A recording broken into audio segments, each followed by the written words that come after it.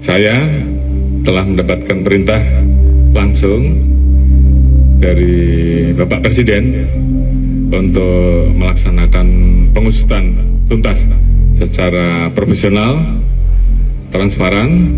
Terima kasih Bapak Kapolri atas atensinya. Semoga Polri bisa mengusut tuntas kasus penyiraman aktivis ini dan bisa menangkap pelaku serta dalang di balik semua ini.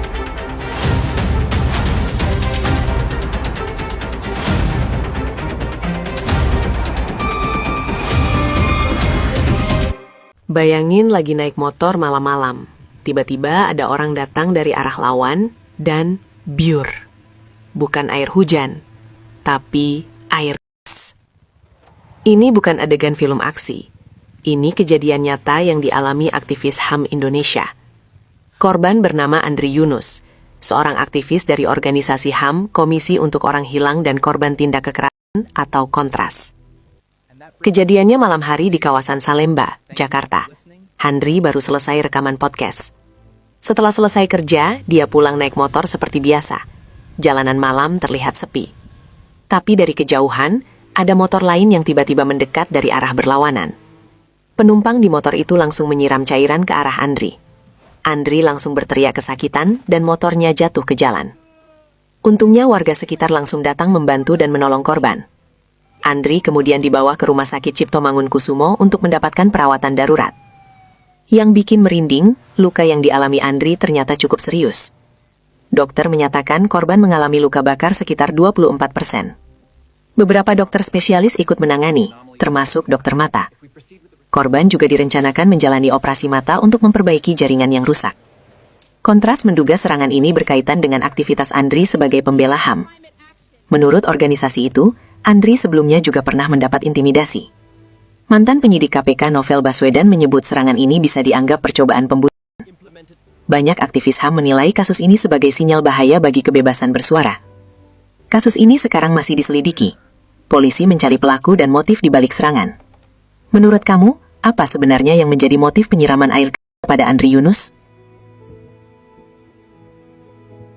Aktivis dari Kontras disiram air keras oleh orang yang tidak dikenal sampai ia harus mengalami luka bakar di mata, THT, saraf hingga kulit, serta ditangani oleh 6 dokter sekaligus. Dan ini semua terjadi setelah dirinya membahas isu militerisme dalam podcast di kantor Yayasan Lembaga Bantuan Hukum Indonesia. Kejadian ini terjadi pada 12 Maret lalu yang dialami oleh Andri Yunus, wakil koordinator Kontras. Di Kamis malam 12 Maret pukul 23.30, ia melewati Jalan Salemba 1 dekat Jembatan Talang, Senen, Jakarta Pusat. Ada 2 orang pelaku yang pada saat itu berboncengan motor tiba-tiba mendekat dan menyiramkan air keras ke arahnya. Di situ ia kaget dan langsung berteriak. Ia mengalami luka bakar 24% di bagian tubuhnya, termasuk wajah, mata kanan, dada, dan kedua tangan. Kepolisian dari Polres Metro Jakarta Pusat dan Polda Metro Jaya sedang melakukan penyelidikan menggunakan metode scientific investigation dan memeriksa CCTV di sekitar lokasi. Bahkan Kapolri juga menyoroti kasus ini.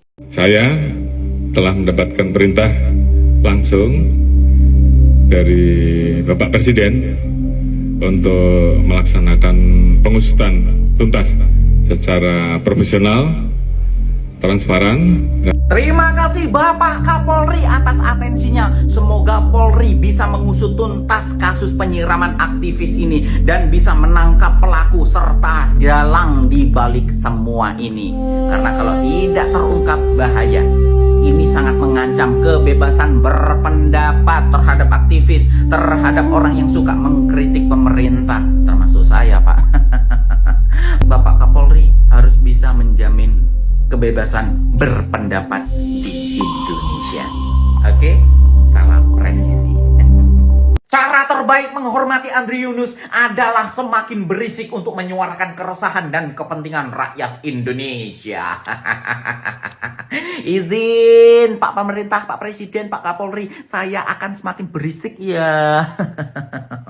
Saya diteror, sudah didoxing, sudah dilaporkan ke polisi, sudah disita akun TikTok saya, sudah. Karena saya terlalu berisik mengkritik. Akhirnya segala macam dilakukan kepada saya untuk membungkam. Termasuk akun saya sudah berapa bulan ya? November, Desember, Januari, Februari, Maret. Disita, nggak balik-balik, nggak pulang-pulang akun saya. Wajah para pelakunya terpampang sudah sangat dan amat jelas, geng ya. Dari cara duduk, tegaknya, potongan rambutnya juga. Itu kira-kira menurut kalian siapa, John? Komen di bawah. Kalau menurut Bang Ferry, jika negara tidak mampu menangani kasus ini, artinya negara bagian dari pelakunya juga. Kamu analisa sudah?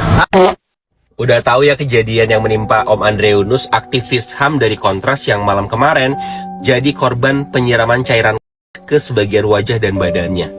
Buat yang lupa, Om Andre ini adalah orang yang mendobrak gedung DPR pada saat RUU TNI lagi rame-ramenya waktu itu. Ya, tahu dong, ingat dong kejadian itu. Nah, dia pulang dari debat di salah satu bawah jalan tol di Jakarta. Kejadiannya, ya, yang mau gue sorotin di sini adalah kejadian kayak gini tuh banyak banget, rame banget, sering maksud gue, mulai dari yang Agus sedih itu, terus Novel Baswedan dan lain-lain itu banyak banget, kayak dijadikan salah satu alat untuk teror mungkin ya, teror ya, gitu ya. Sementara gue, keluarga gue kan orang bengkel, gue itu sangat familiar dengan cairan ini dari sejak kecil, karena gue ngelihat kegiatan-kegiatan di bengkel itu dengan menggunakan cairan ini udah lumrah lah ya di bengkel-bengkel itu. Sementara kalau cairan ini di regulasinya diadain, jadi kayak khusus orang-orang yang bersertifikat bengkel yang beli apa gimana, itu kira-kira membantu nggak sih menurut lu semua? Kayaknya nggak juga ya, gitu. Karena kasus-kasus kayak gini tuh sering banget terjadi dan kayak seolah-olah, terutama kasusnya Om Andre ini kayak pembungkaman nggak sih menurut lu? Ya, jadi dia coba menyuarakan sesuatu. Om Andre ini kan aktif di menyuarakan HAM ya, kayak coba dibungkam gitu, ngerti nggak? Gue makin ngeri nih, makin ngeri kalau kita kritik segala macem terlalu pedes, terlalu dalam. Ngeri nggak sih? Kayak kita tuh kan sebagai warga Indonesia, kita punya hak mengkritik, menyampaikan pendapat, dan itu dilindungi sama undang-undang. Tapi dengan kejadian-kejadian di negara ini belakangan ini, itu buat lu ngeri nggak sih? Buat lu ngeri nggak sih? Kayak pembungkaman kalau menurut gue. Menurut lu gimana? Nggak sanggup gue ngebayanginnya. Sumpah, buat Om Andre tetap semangat,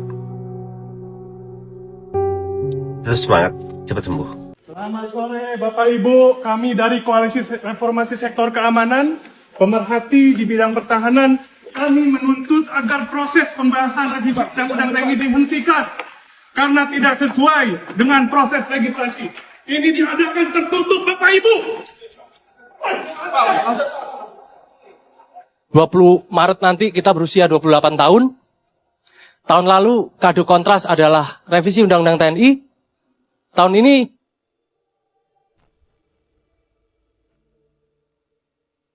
kalau kita lihat ke belakang, beberapa kasus serangan-serangan kepada aktivis, orang-orang yang peduli kepada negara, termasuk saya, itu tidak diusut dengan tuntas.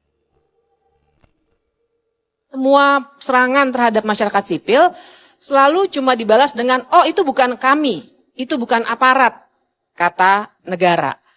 Bagi kami itu bukan jawaban yang kami harapkan. Buktikan.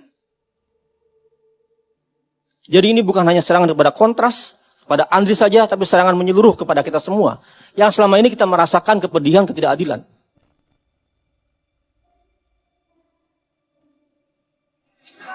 Terakhir ini, Pak.